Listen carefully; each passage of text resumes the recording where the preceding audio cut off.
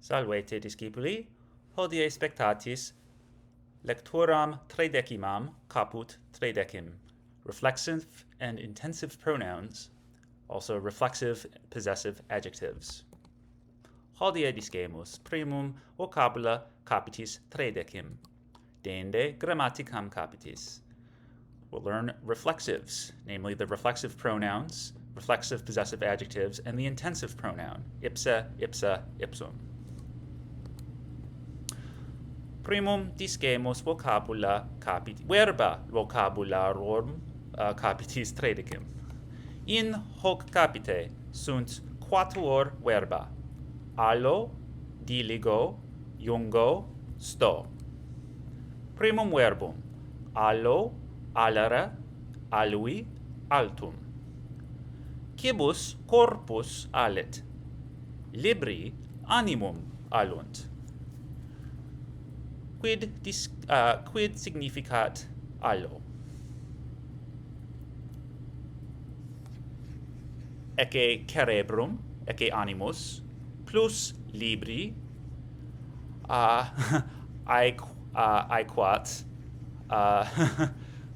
magnus animus, magnum cerebrum, quibus corpus allet, libri animum allunt. Proximum verbum: diligo, diligere, dilexi, dilectum. Ludos diligebam, et eos spectabam, sed nunc otium non saepe habeo. Quid significat diligo?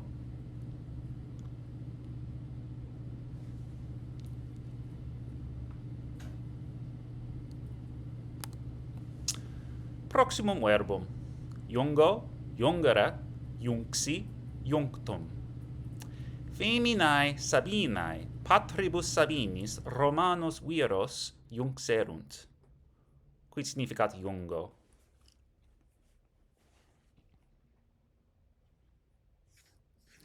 Ecce patres Sabinae, ecce viri Romani, ecce feminae Sabinae. Feminae Sabinae, patribus Sabinis, Romanos viros junxerunt in fabula. Ultimum verbum: sto, stare, steti, statum. Haec femina in capite suo diu stare potest. Quid significat sto?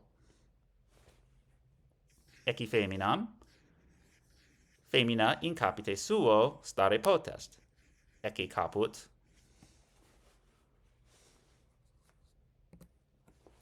Nunc discemus nomina vocabulorum capitis trēdecim.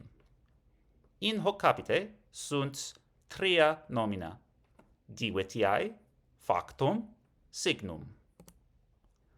Primum nomen: divitiae, divitiarum. Est nomen plurale. Utram magis diligis, divitias vel virtutem. Ecce divitiae. Quid significant divitiae?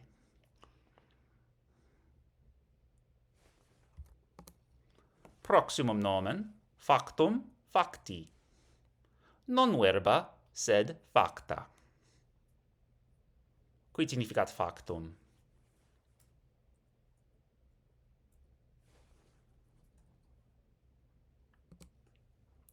Ultimum nomen: signum, signi. Constantinus in caelo cruciam vidit, et verba in hoc signo vinces. Quid significat signum?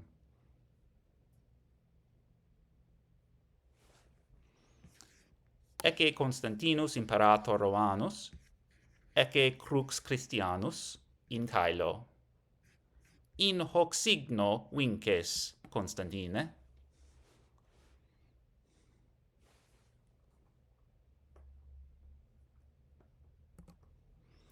Nunc discemus adjectiva vocabulorum capitis trēdecim.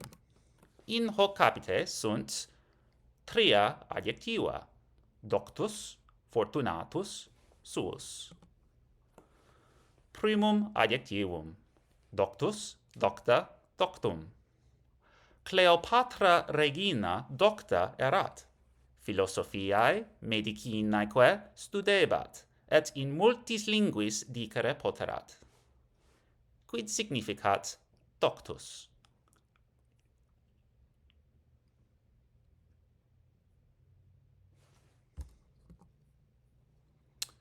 Ultimum adjectivum, suus, sua, suum.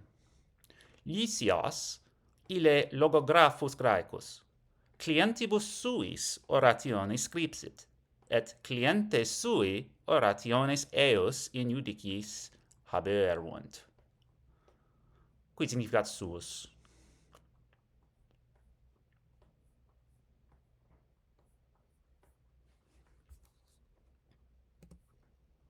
Nunc discemus alias partes loquendi vocabulorum capitis trēdecim.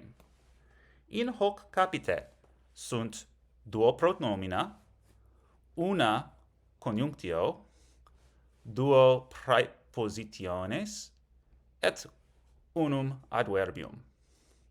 Pronomina ipse et quisque, conjunctio nam, praepositiones ante et per, et adverbium olim.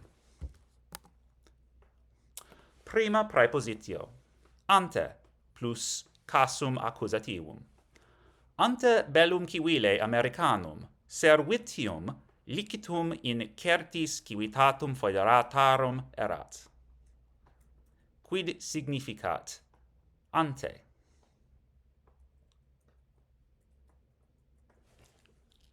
Ecce villa Americana ante bellum civile. Ecce magister, ecce servitium licitum in certis civitatum foederatarum erat, ante bellum civile.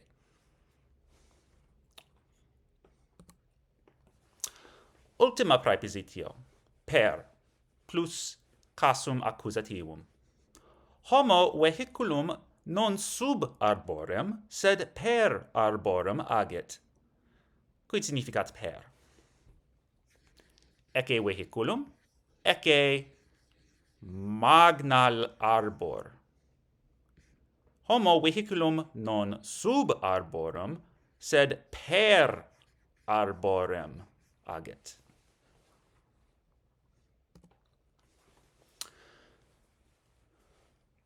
Primum pronomen, ipse, ipsa, ipsum, est pronomen intensivum. Vidistine statuam Marci Aurelii, o magister? Ipsam statuam eos in novo eboraco vidi. Quid significat ipse? Ecce statua Marci Aurelii, ecce ego, magister vester. Ipsam statuam eos in novo eboraco vidi, in museo metropolitano novi eboraci. Pronomina, quisque, quidque.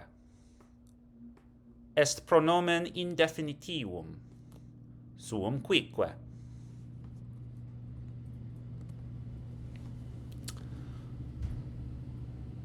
Conjunctio nam. Veritas est symbolum universitatis harvardensis. Nam ibi vera inveniunt et docent. Quid significat nam?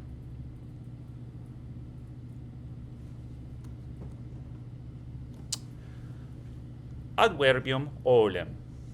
Olim in galaxia longissima. Quid significat adverbium olim?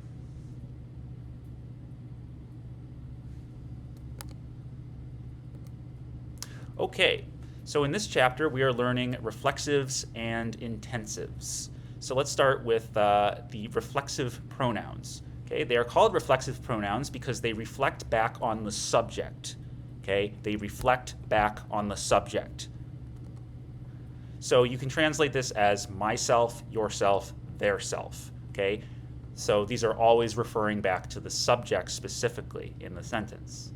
Okay, and they look like this. And for the first and second person, you'll notice they look familiar. They are identical to the first and second person personal pronoun, in singular and plural, by the way.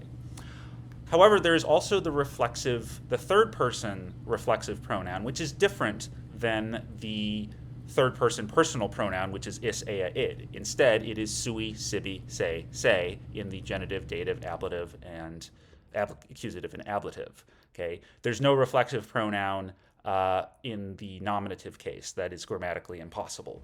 Okay? So, mei, of myself, dative, to myself, myself, myself. Tui, of yourself, tibi, to or for yourself, te, yourself, etc. Okay, sui, of themself, his self, herself, itself, okay, whatever the gender you want to use for your subject. Sibi, to or for themself, his self, herself, say, etc. Okay, we'll see some example sentences where they make the most sense.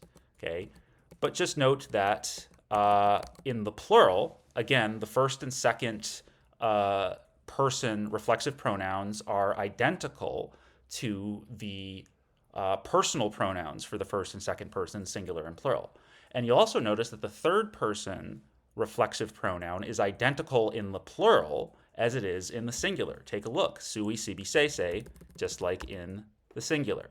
Okay, so you can translate all of these as themselves or something like that. Okay, or their self.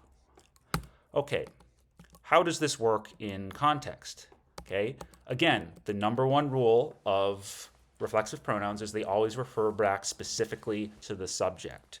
Okay, it's the subject kind of reflecting back on themselves. Okay, so let's look at this sentence. Okay, Dixit se eam amare. Okay, this means he said. Let's make this for clarity. Let's make the subject a dude. Okay, he said that he loves her. Okay, this is an example of indirect speech, which we haven't learned yet, but it is a common way that you will encounter the reflexive pronouns, so you might as well. So I'm just giving you a sneak peek. He said that he himself, okay, loves her, or he says himself to love her. Okay, we'll explain that a bit more when we get to indirect speech. Okay, but notice nevertheless that this is the accusative, and he's referring to himself doing something. Okay,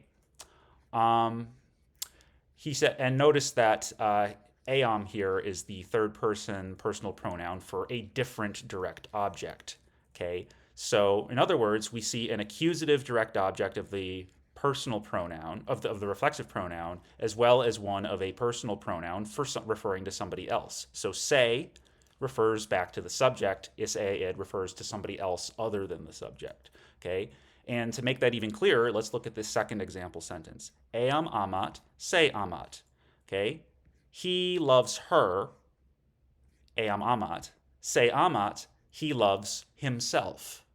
Okay, or you might even, or perhaps the subject is feminine, is a woman. She loves her, she loves herself. Okay, the subject here is loving her, and her is referring to a different woman. Okay, say amat here, she loves herself. Okay, the woman she's in love with is herself. Okay, hence I'm using say instead of eam. Okay, to refer specifically back to the subject. That's how a reflexive pronoun works. Okay. Okay, the next new thing we'll learn is what's called the intensive pronoun / adjective. In other words, just like the demonstratives, it can function on its own as a pronoun, or it can be paired with a noun to be an adjective. And this is the intensive pronoun, the only intensive pronoun, ipsa, ipsa, ipsum. Okay? And as you'll see here, it declines very similarly to a demonstrative pronoun. Okay, or that third person personal pronoun. So largely like an IUS adjective. So this translates as something like he himself, she herself, it itself. Okay, so it intensifies, emphasizes, calls attention to whatever noun or referent it is referring to. Okay, ipsius, ipsius, ipsius. Okay, of he himself, of her herself, of it itself, etc. Ipsi, ipsi, ipsi, okay, to him himself, etc. Okay, so you'll notice that again, declines in the singular very much like two on two, like IUS adjectives. In the plural, just like a lot of demonstratives, it has the exact identical 2-on-2 endings to any 2-on-2 adjective. So it would be ipsi, ipsi, ipsa, ipsorum, ipsarum, ipsorum, etc., etc. Okay. Let's see how the intensive pronoun works in context. I've got a couple examples here of different ways they work. Okay, one of them is from an example sentence from the vocab. Ipsam statuam in novo ebaraco vidi. I saw that very statue, or that self-same statue. I saw that very statue in New York, okay, in the Met Museum of Marcus Aurelius. Okay, so I saw the very statue in New York. Okay, ipsam statuam. So you can see how the intensive pronoun intensifies, okay, the thing it's referring to. Okay, namely the statue here. It's functioning as an adjective here. Okay. Another way is you could say something like ego ipse laborem faciam. I myself will do the job. Okay?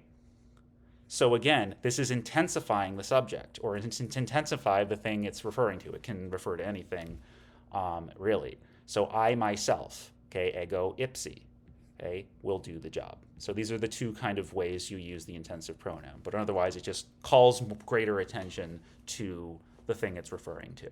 Okay. You might have heard the phrase ipso facto, by the way. In a Latin phrase, it means by the very fact. Okay. All right, last thing we'll learn today is the possessive reflexive adjective, suis, sua, suum. Okay. Now, we already learned the possessive adjectives meus and tuus to mean my or your. This means their, or his, or her, or its, right? So it is a third-person possessive adjective. However, it is specifically a reflexive adjective because it's just like possessive, so just like reflexive pronouns, they always refer back to the subject. So here's a couple of examples to show how they specifically work and how they don't. Okay, so let's look at this first sentence. Magister thelem suam amat. Okay, the teacher loves his cat. Okay, so this is the word for cat, thelem, and suam is an adjective modifying thelem, modifying cat. So it's agreeing with it in gender, case, and number, right? It's a 2-on-2 adjective. The cat here is specifically the magister, the teacher's own cat. So he loves his cat, specifically he loves his own cat, okay? Because as a reflexive possessive adjective, it's always referring back to the subject, okay? As opposed to this other sentence, discipuli thelem eius amant. The students love his cat, okay? It could be referring to the same cat in this sentence, okay? But notice that I'm not using suam here, because this is eius means his, right? It is the genitive of isea id, the third person personal pronoun. But this is referring to somebody else, okay? Literally, the students love the cat of him, namely somebody else's cat, okay? The magister's cat, the teacher's cat, okay? You would not say discipuli thelem suam amant, because it would say that would mean the students love their own cat, as if the students owned the cat. They don't. I do. Okay, I'm the magister. Okay, so that's the difference in usage when we want to referring to either the subject with suis, sua, suum, or eius, okay, to refer to somebody else, or eorum if you want to make it plural, right? Okay, I believe that's it. So I'll see you next time. Valete discipuli.